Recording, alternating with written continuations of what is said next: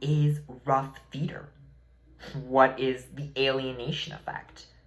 How is Brecht's work significant to the concept of political theater? When viewing a movie, television show, or reading a book, do you find as though there is a moral lesson that is attempting to be portrayed?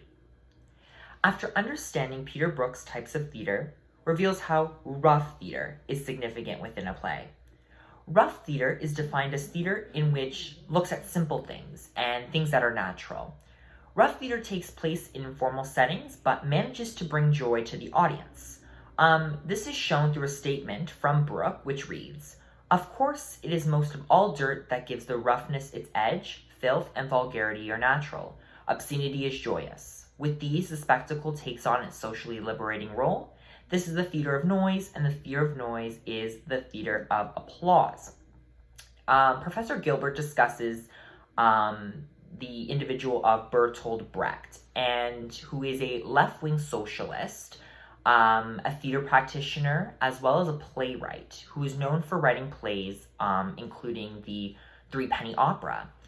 And Brecht begun to write his plays in Germany prior to leaving as a result of the rise in Nazis.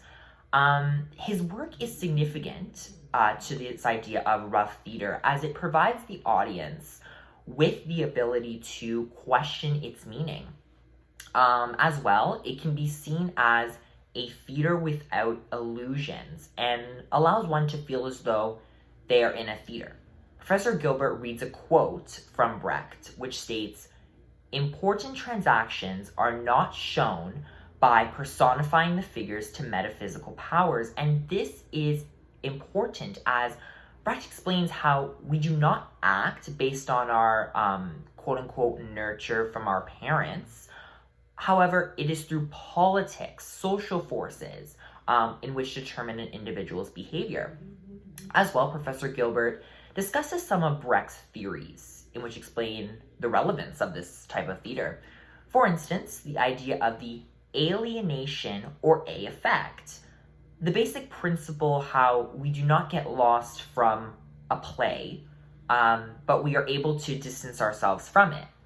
A significant example of this alienation effect would be if a police officer were to show up to our classroom and arrest Professor Gilbert for not paying his taxes.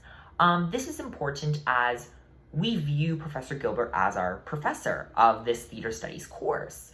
However, he's being arrested for a crime, which allows the students to see him through this different context.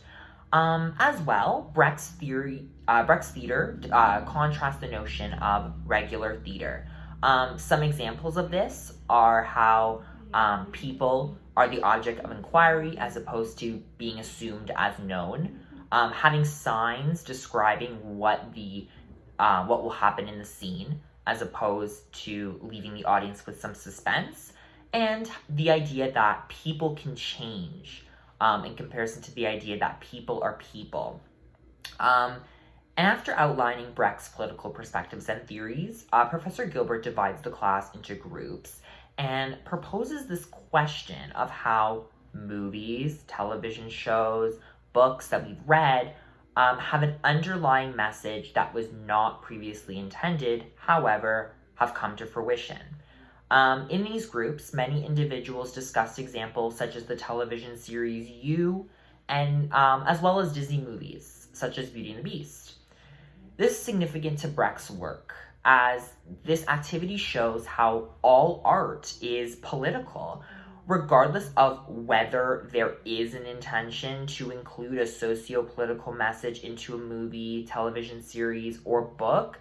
One is able to analyze the deeper meanings than just what the author intends the viewer to understand. Thus, after examining rough theater, one is able to understand Brecht's theories and ideas of theater and how they can be applied towards socio-political messages that are intended as well as inferred.